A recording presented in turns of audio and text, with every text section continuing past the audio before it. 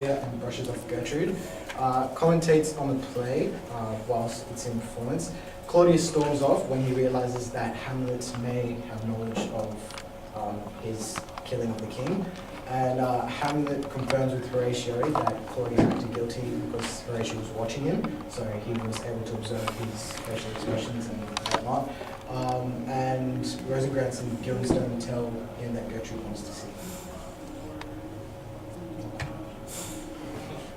Okay, so the first reading we'll be making is soliloquy and language elements which portray Hamlet as a character blinded by his revenge, which consumes him, ultimately causing his madness.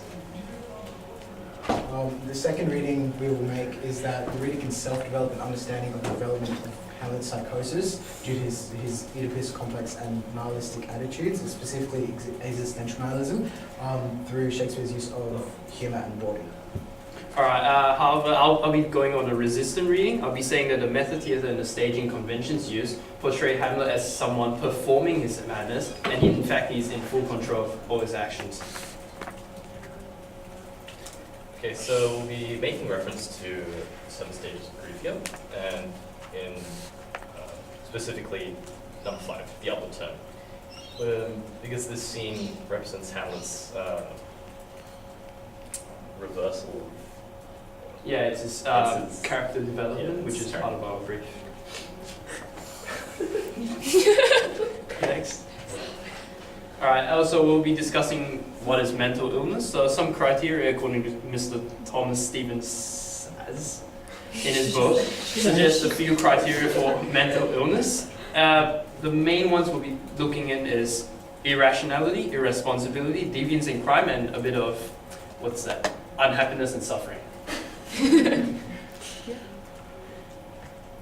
And also make reference to the revenge tragedy genre, and which the revenge tragedy consists of tragedy of circumstance, which is usually dealing with one arc and who's forcibly put into a circumstance, and the tragedy of miscalculation, where the tragedy lies directly within the character, him or herself.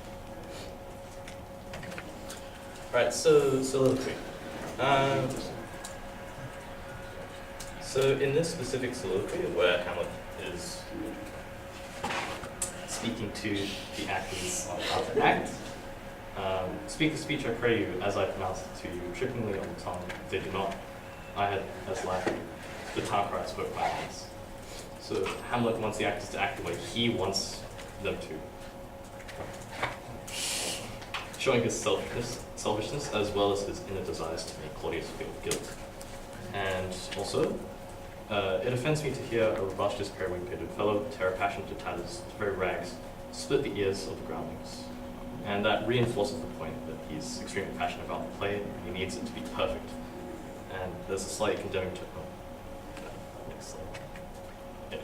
And there's a slightly condemning tone to the actors, showing a kind of superiority complex. So he feels superior over these actors. Be not too tame neither, but let your own discretion be your tutor. Suit the actor to the word and the word to the action. With this special observance that you owe to honesty of nature. So Hamlet wants the actors to act natural, as they would in such a situation, which is interestingly contradictory to Hamlet's actions to Claudius, as he doesn't really act natural in this sense.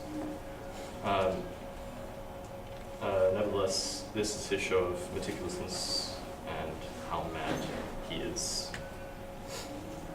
And the second soliloquy is at the end, where Hamlet's play is a success in exposing Claudius. Now he's ready to attack Claudius instead of constantly question himself. Now I could drink hot blood and do such bitter business as they would quake to look on. So he openly expresses his contempt for Claudius here, and he's ready to overthrow and expose Claudius. And he has the superior power. And soft mouth to my mother, O heart, lose not thy nature. Let not ever the soul of Nero enter this firm bosom. Let me be cruel, not unnatural. I'll speak daggers, but use not. So Hamlet has to confront his mother to expose her wrongdoings. He must be cruel to her, but not unnatural. So he doesn't want to be a monster. And he still holds concern for his mother, It does refer to Hamlet's evil complex, but he still desires to betroth his mother, so not be cruel or be monster. In this soliloquy, Hamlet seems to be transforming into the villain of sorts. Yeah.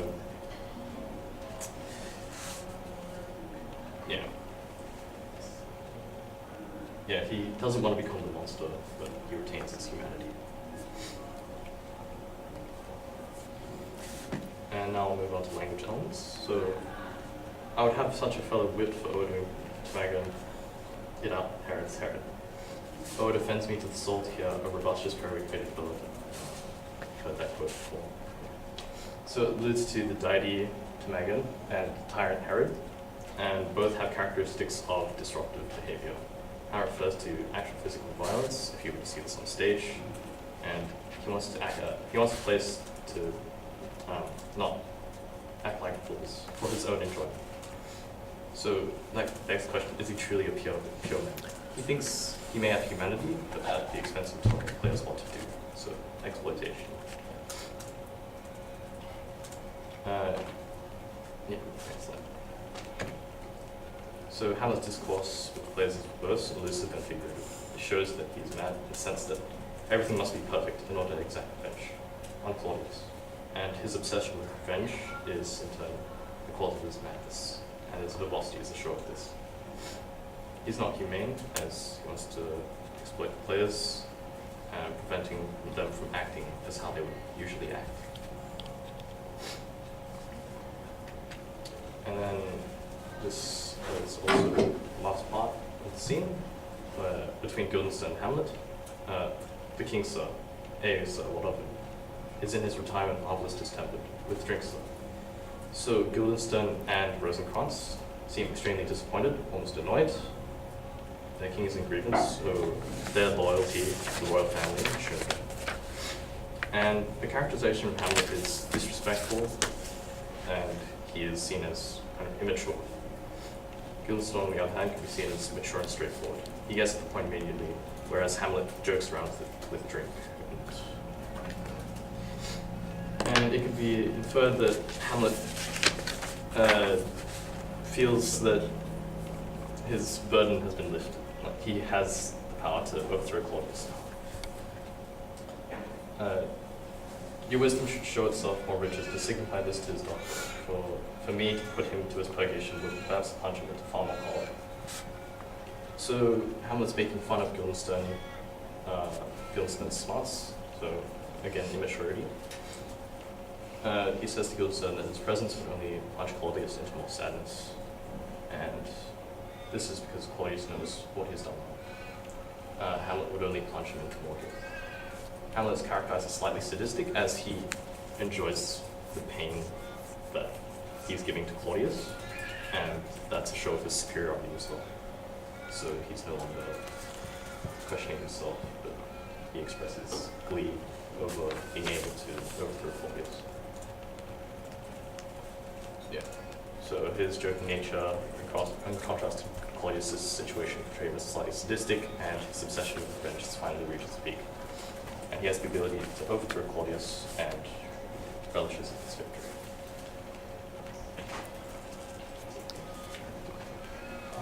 So the next two elements from the text or from the excerpt that I'm going to be covering is humour and board. So Hamlet uses humour for, it's actually three purposes, to perpetuate his madness in efforts to disguise his motives from the royals, as a coping mechanism for the realization of his mother as unloyal to his father and his uncle as a murderer. And this, to an extent, sort of, he tackles it with almost nihilistic attitudes. I'll get to that in a bit. And also, it's a facade for his Oedipus complex and his role as the rejected, scorned, sexually frustrated infant. It also provides good comic relief. For the purpose of this reading, it's not really relevant, but I did find myself enjoying working on this because it was quite curious to find out how dirty Shakespeare was. Next slide, please. So I just wanted to cover over what do the experts think about the Oedipus complex in Hamlet really quickly. This paper is on the Moodle. It's by Ernest Jones, MD. It's titled Hamlet and Oedipus, and in specific it's chapter 4, titled Tragedy and the Mind of the Infant. And he says, and this is paraphrasing here, that infantile jealousies have a later infantile jealousies upon later character reactions have effects on the course of that person's life. So in terms of Hamlet, we're saying that from his upbringing as an infant, he grew up with that Oedipus complex and never really shunned it away. So it's had an effect on his adult mindset. They cannot be weaned by anyone who's not similar to the mother, is unable to fall in love essentially, and this is evident in his incapability of wooing Ophelia to an extent, and an open manifestation of hatred for the father, not so that he should die, but so that he can simply espouse the mother. And this actually, I've actually found evidence to contradict such a statement, but I'm going to make that reading at the end. And he also quotes Bradley Well, saying that her son was forced to see in her action not only an astounding shallowness of feeling, but an eruption of coarse sensuality, rank and gross, which can be the motivation behind Hamlet's like excessive use of humour and like cynical wit towards his mother. So evidence here, 1996 to 97. Is his rejection of his mother's company by means of board, and he tells his mother, "No good mother, here's made her more attractive." So we can take note of the Oedipal connotations here by comparing his mother to his love interest, Ophelia, and rating them objectively by value. So in terms of mental attractiveness.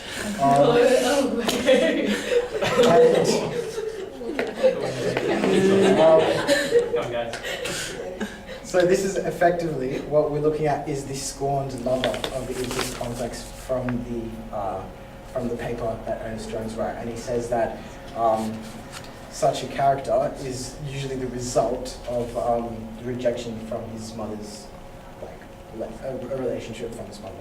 Next slide, please.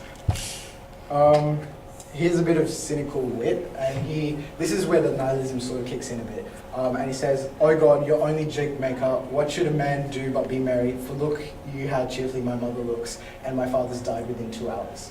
So essentially, he's very cynical towards his mother's actions, but in his self-deprecating humor, it's sort of, the easiest way I can explain this to you guys is if, you know when you get like a really bad mark on a test, and you take it really bad, and you start to self-deprecate yourself, because like everything in your life is going horribly. It's essentially the same thing. It's sort of an upheaval of his Oedipal complex, like he's trying to repress it as much as he can in feelings of hatred towards his unwitting mother. Next slide, please. A bit more quick wit on Hamlet's part, and this is when Ophelia says, "'Tis brief, my lord," in referral to the play, and Hamlet replies, "As woman's love." This is another quip at his mother in like her moving on from her father so fast and being in a relationship with Claudius. It allows the audience to consider his psychological development from the infant to the scorned lover. So in his mother choosing Claudius to replace essentially his father and not allowing Hamlet to become the king, we can understand how he feels betrayed in a way. And it's also comic relief. And then he has a bit of commentary on his own play, where he says that's wormwood. Wormwood has the equivalent meaning here for like sort of bitterness. It's actually a plant that tastes super bitter and like ugly. It's a bit of foreshadowing because it's actually what? A second, that wasn't supposed to be there. Okay. Yeah, alright, so never mind that second dot point, I'll get rid of that. But basically it reveals Hamlet's opinions directly in front of the royals, but it's sort of even perpetuating his sense of madness even more. His parents already think he's mad, so by stating something that is true, which they've concealed, they only assume he's mad even more, sort of. Next slide, please. I'm done. Sorry? She's done it. Oh, whoops. Yeah. Okay, in lines 211 to 212, this is Gertrude's opinion on the play, on the female character that's supposed to represent her in the meta-theatre, and she says, "The lady doth protest too much, methinks." And this is sort of unintentional irony on Gertrude's part, because it perpetuates her hypocrisy. Whilst being ironic, it serves to represent Gertrude's conformity to Elizabethan gender standards, but such a reading is superfluous to our reading of psychological character development of Hamlet. So whilst it's just more of an example to show you that not all of the humour in the text was used as character development for Hamlet. And then the quote was similar. Next slide, please. And this is sort of the resistant reading that I was talking about. Ophelia says, "Still better and worse," but Hamlet said, "So you mistake your husbands." And this is commentary on the falsification of vows as expressed by Gertrude to King Hamlet. And this is contrary to the expectations of the Oedipal infant, in a way that he expresses concern for his competition of his mother's attention, which contradicts his feelings of hatred towards his father in their want of a relationship with their mother, or to espouse their mother. And that's basically it for the humour components, I think. The next element is the body that Shakespeare uses all the way throughout the scene. And it's a concealed vocalization of his sexual frustration as a product of the Oedipal complex and his inability to woo Ophelia. And it allows the audience to understand the depth at which Hamlet is a tortured, tragic hero. The paper on the Moodle, I've forgotten the name, but it's the gender paper about Gertrude, and it actually details all the list of ways that Hamlet was tortured due to his Oedipal complex and his indecision, and how it was affected by the Oedipal complex. And it just sort of goes to show how much of Hamlet being a tragic hero is important to the genre of the work. And it's also used to incite comic relief to the play. Next slide, please. So there's quite a few sexual puns in this one section here. And then he says, "Lady, shall I lie in your lap?" And it's obviously an innuendo for oral sex. And then he says, "My head upon your lap." So, sorry, the first one was an innuendo for sex. And then when she rejects him, he asks his head upon her lap, so he's going for second best, which is oral. And then he said, "Do you think I mean country matters?" And he's sort of referring to the sort of thing that goes among rustics in the country, so like coarse or indecent things like prostitution and all that type of stuff. So it allows us to consider that Hamlet's quips serve to make Gertrude jealous as a scorn lover. So in being the scorn lover, he's trying to sexualize Ophelia as his lover to make Gertrude jealous. Next slide, please. Yeah, and then he just continues to make more and more of these puns. So he refers to her as a prostitute by referring to her as a maid in his grossly sexual humour. And then the word nothing is used twice, once in Ophelia's speech and once in Hamlet's speech. The word nothing was used in E. Partridge's books, Shakespeare's Bawdy, and it's actually a synonym that he used for the word vagina, in reference that the vagina is a void. And this appears multiple times across many of Shakespeare's texts, namely King Lear and Othello. And it gives Ophelia sexual agency, which only serves to make his mother more jealous. Next slide, please. Alright, so this line here, "I could interpret between you and your love if I could see the puppet stallion." This is in response to Ophelia's comments when he's saying that he could act like a chorus in interpreting his own play. So what he means to say is that he could explain what goes on in their twisted romance if he could see the dalliance or flirting in the puppet show. Many commentators suspect some indecent secondary meaning, as do I, in the word puppets. In the first quarto, it was originally written as poopies, and it has been shown by H. Holm that poop meant a female's genitals. So that the word, and it was, and the word rump and poop, meaning the stone of a ship, is clear from the Oxford English Dictionary as an obscene use of just sexual board for no apparent reason, other than to make his mother more jealous as the scorned lover. And then he says, it will cost you a groaning to take off mine edge. So there's sort of two aspects here. He suggests that his libido will not cease until he has sex, as in a release of his sexual frustration about his mother Anophelia, sort of like cathartic sex in a way. And then he suggests that his interest in Ophelia is not sexual, rather a service to provide him with lineage. This can be sort of related back to our grief thing here, in that before he knew that Claudius was definitely guilty, he was trying to provide himself with some sort of satisfaction and considering that he was a chivalric male, it would make sense for him to want lineage or a son. So yeah, whichever meaning, it can be seen as a manifestation of his psychosis to make the royals assume his madness is due to sexual indecision, and to conceal his true emotions as a result of the Oedipus complex. And this is sort of like a sort of summary, a bit of a tie-in. So it serves to allow the reader to understand and self-develop Hamlet's character and his psychosis through interpreting his quotes to understand that he's a scorned lover as a result of failure to satisfy the desires of his Oedipus complex. As sort of an existential nihilist, it's not a very strong reading, but it's still subtly there in his depression of his father's death and indecision and murder and sexual frustration, and also to provide comic relief for the tension of the play. And that's pretty much it. Alright, now it's my turn to talk to you on why these two are wrong, and actually Hamlet might actually have control over his actions and words, and in fact he's trying to manipulate others for his own gain. So, some background on Shakespeare's use of method theatre. As the quote says, Shakespeare has incorporated method theatre into many of his plays, and Hamlet was one of the first few. And method theatre appears in this play. Wait a second. Next slide.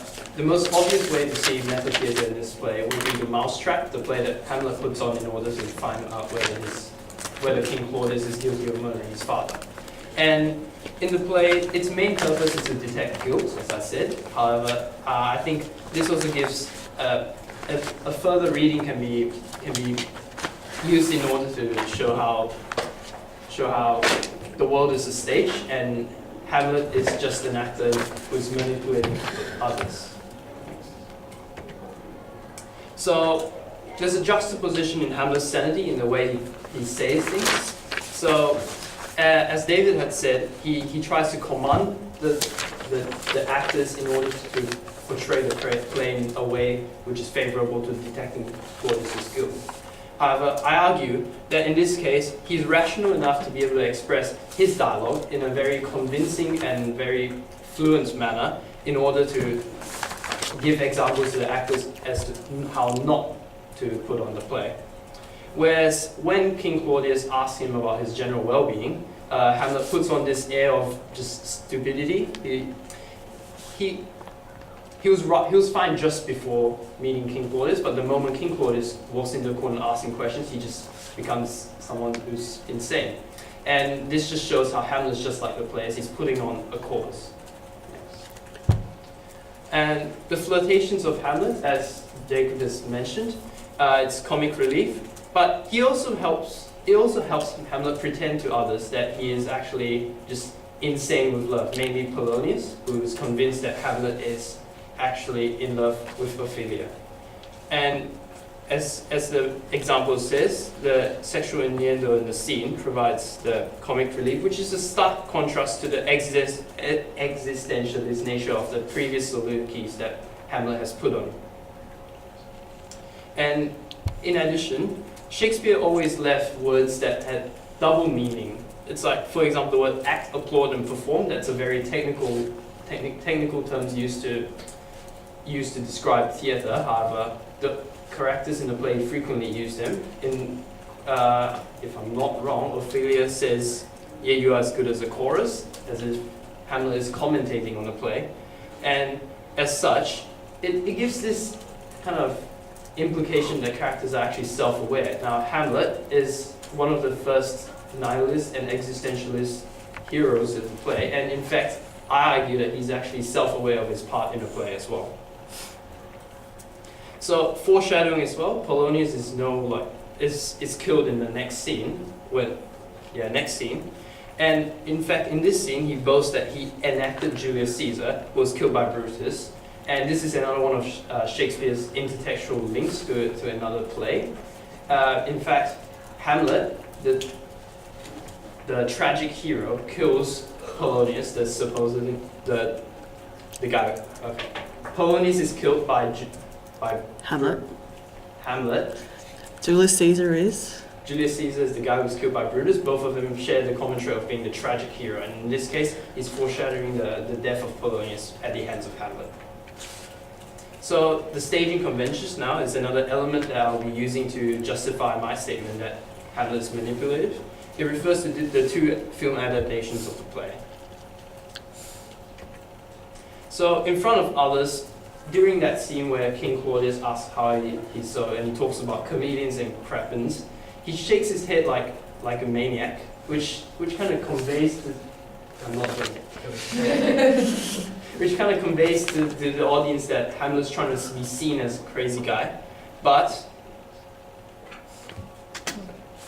in front of Horatio in the plays, he puts his hand around Horatio as if he was a friend and acts perfectly normal. So the contrast in his behavior on the stage just demonstrates to the audience how Hamlet is an actor. He knows what he's doing, and he's not, in fact, insane or suffering. So the stage directions, Hamlet jumps around the audience when he's trying to ascertain King Claudius's guilt, and in this way, he's enthusiastic and in a happy state of mind, which kind of relates to the upward turn in the 7 stages of grief.